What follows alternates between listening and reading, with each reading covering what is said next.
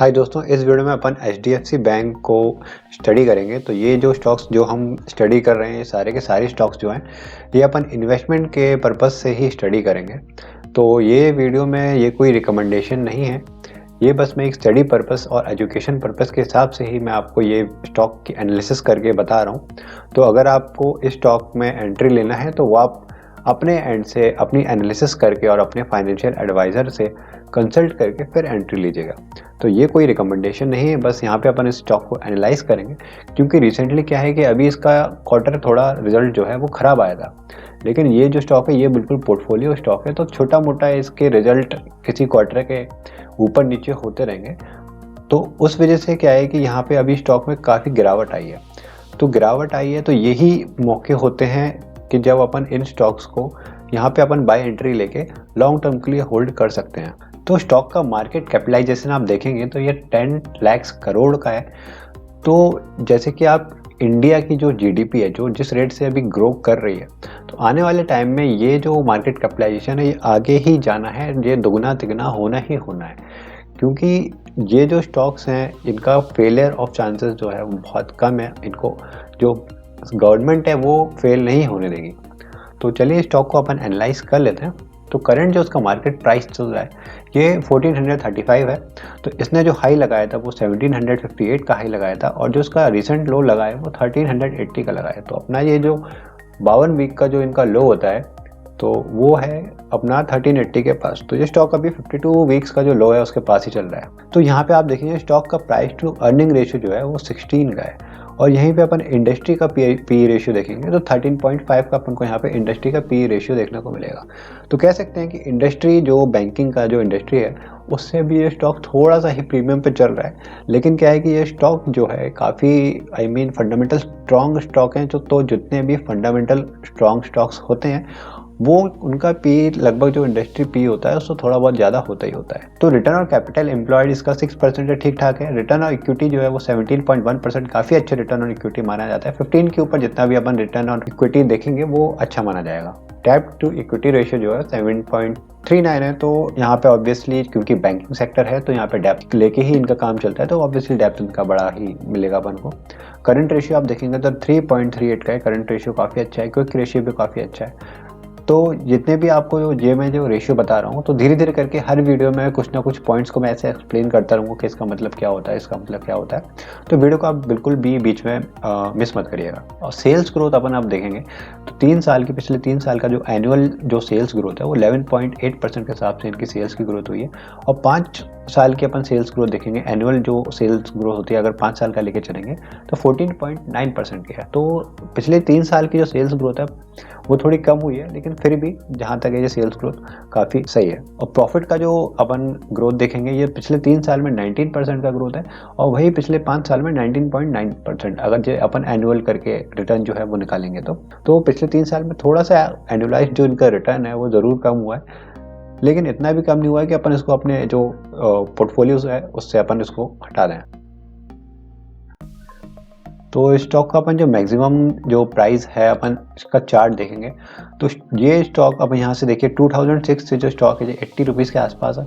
अपन इसका चार्ट देखेंगे लगातार बढ़ा है, मतलब ऐसा नहीं है कि मतलब ये स्टॉक बीच में नीचे जाता है फिर वहीं पर रुक जाता है। नीचे जाता ज़रूर है, जैसे कि यहाँ पे आप देखिए ये कोविड के टाइम पे नीचे आया था, लेकिन फिर इसने बाउंस बैक किया ऊपर। तो कोई भी स्टॉक सीधा सीधा ऊपर नहीं जाएगा, थोड़ा ऊपर जाएगा, थोड़ा नीचे जाएगा, फिर थोड़ा ऊपर जाएगा, फिर थोड़ा नीचे जाएगा, फिर ऊपर जाएगा। तो यहाँ पे भी आप देखिए ये चार्ट अपन को देखने को जो मिल रहा है, तो ऊपर जाता है, थोड़ा सा नीचे आता है, फिर ऊपर जाता है। लेकिन लॉन्ग टर्म की जो परफॉर्मेंस होती है वो आप देखिए वो ऊपर ही जा रहा है। तो करेंटली आप देखिए कि यहाँ पे ये स्टॉक जो है ये कंसोलिडेट कर रहा है। कंसोलिडेट करना मतलब एक ही रेंज में ये स्टॉक अभी है।